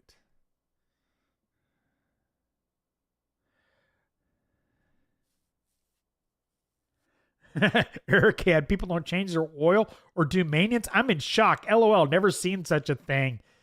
Yeah. Mike Hood, during your time in the automotive industry, what reliable engine? Chevy 350, baby. The old small block. Freaking reliable as hell. That or the 3.8 GM. I mean, they just would go forever. 300 Ford inline 6. I mean, there was a lot of good older engines. Motor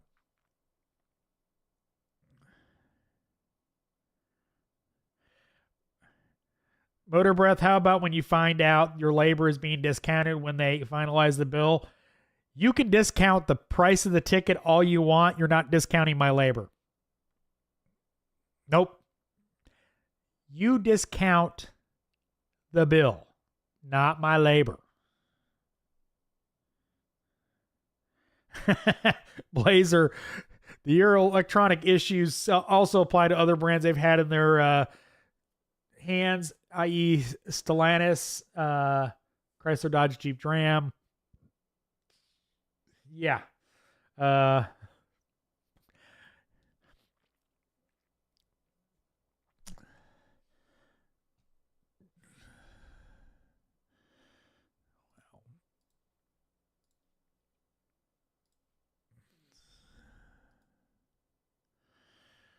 Woohoo.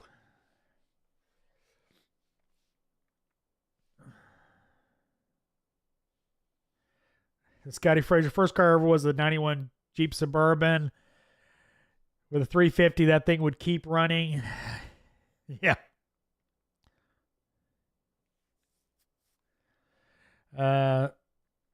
I've blown up a couple 318s, just saying. 4.3, I've seen a couple blow up. But yeah, small block Chevy. But yeah, so.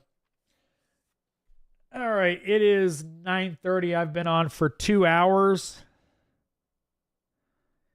Gary Pope, Fords are a pain in the ass to work on. Hate them. I don't mind Fords. I mean, I really don't. I don't mind a lot of cars, but certain cars I do mind.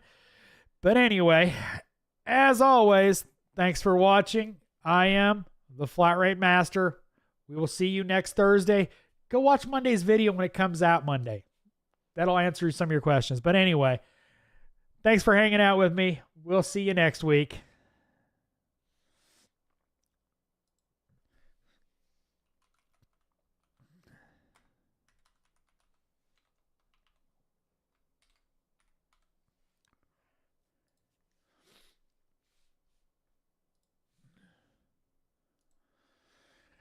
Appreciate it, guys. Have a good one.